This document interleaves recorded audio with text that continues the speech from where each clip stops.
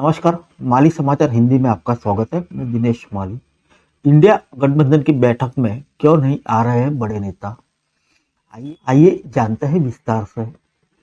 विधानसभा चुनाव में कांग्रेस की लचर प्रदर्शन के बाद समाजवादी पार्टी के मुखिया अखिलेश यादव और तृणमूल कांग्रेस की नेता ममता बनर्जी ने ऐसी शर्त लगा ली जिसमें कांग्रेस पार्टी को अब बैकफुट पर आना पड़ सकता है। हालांकि दिल्ली में होने वाली गठबंधन की नेताओं की अनौपचारिक बैठक में अखिलेश यादव, ममता बनर्जी और नीतीश कुमार जैसे नेताओं के शामिल न होने से फिलहाल बैठक को टाल दिया है। गठबंधन में शामिल एक महत्वपूर्ण सहयोगी दल के नेता का कहना है कि जिस राज्य में जिस दल की सबसे बड़ी ताकत होगी वही इस राज्य में गठबंधन को लीड करेगा। इस पर आधिकारिक रूप से आम सहमति होनी है।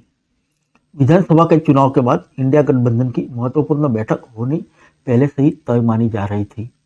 क्यास यह भी लगाए जा रहे थे कि जिस तरीके से परिणाम कांग्रेस के लिए आए हैं उसे लेकर अब चुनौतियां भी सामने आने वाली है।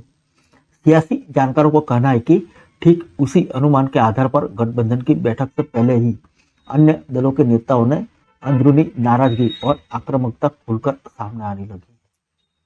सियासी जानकारों का कहना है कि ठीक उसी अनुमान के आधार पर गठबंधन की बैठक से पहले ही अन्य दल के नेताओं के अंदरूनी नाराजगी और आक्रामकता खुलकर सामने आने लगी है।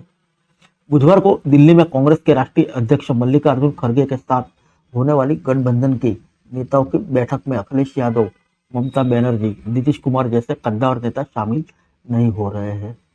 गठबंधन में शामिल एक महत्वपूर्ण दल से जुड़े वरिष्ठ नेता कहते हैं कि बैठक में नेताओं के शरीक न होने के पीछे की वजह है कुछ ऐसी शर्त रखी गई है जिसकी गठबंधन के फोरम पर आम सहमति के साथ स्वीकार्यता होनी जरूरी है।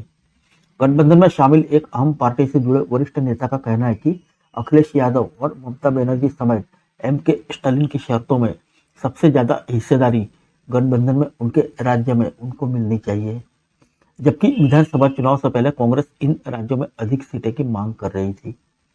वह कहते हैं कि अब विधानसभा चुनाव के परिणाम सामने हैं तो यह तय होना भी इस वक्त जरूरी है कि जिस राज्य में जिसकी सीटें ज्यादा उसे ही गठबंधन का नेतृत्व करने दिया जाए। इस तरह की शर्त के मुताबिक समाजवादी पार्टी जहां उत्तर प्रदेश में अपनी दावेदारी कर रही है वहीं पश्चिम बंगाल में तृणमूल कांग्रेस की दावेदारी सबसे ऊपर है। तमिलनाडु में डीएम के ऊपर है। इंडिया गठबंधन में शामिल एक महत्वपूर्ण राजनीतिक दल के वरिष्ठ नेता कहते हैं कि इस तरह की व्यवस्था पर गठबंधन की शुरुआती बैठक में ही पहले चर्चा हो चुकी है, लेकिन अब तक उस पर आपसी सहमति के साथ आधिकारिक मुहर नहीं लगी है। सियासी जानकार यह भी मानते हैं कि चुनाव परिणामों में 3 राज्यों को हारने के बाद कांग्रेस अब गठबंधन में सबसे ऊपर बने रहने की मंशा को क्षेत्रीय दल दबाने की तैयारी में लगे हैं।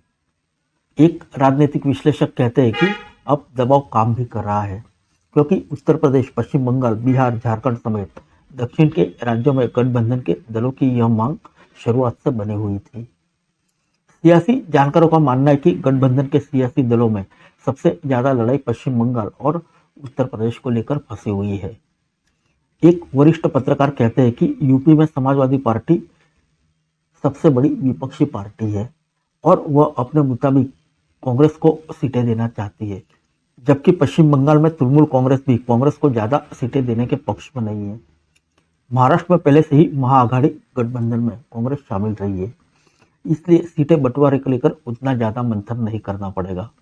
लेकिन दिल्ली और पंजाब में आम आदमी पार्टी भी इसी तर्ज पर अपनी दावेदारी ठोक रही है। हालांकि विपक्षी दलों का गठबंधन के साथ चुनावी लड़ना मजबूर भी बनता जा रहा है। समाजवादी पार्टी के राष्ट्रीय प्रवक्ता और उत्तर प्रदेश सरकार के पूर्व कैबिनेट मंत्री राजेंद्र चौधरी कहते हैं कि गठबंधन में शामिल सभी राजनीतिक दल पहले की बैठकों के एजेंडा के मुताबिक ही आगे की रणनीति बनाएंगे। उसके आधार पर ही अगली बैठकों में शिरकत करने की तैयारी की जाएगी। उनका कहना है कि फिलहाल समाजवादी पार्टी उत्तर प्रदेश में मजबूती से लोकसभा चुनाव की तैयारी कर रही है। गठबंधन की नीतियों के तहत जो व्यवस्था चुनाव में टिकट बंटवारे की लागू होगी उसको ही आगे बढ़ाया जाएगा। फिर मिलेंगे अगले बुलेटिन में अन्य किसी खबर के साथ। तब तक के लिए इजाजत दीजिए। नमस्कार।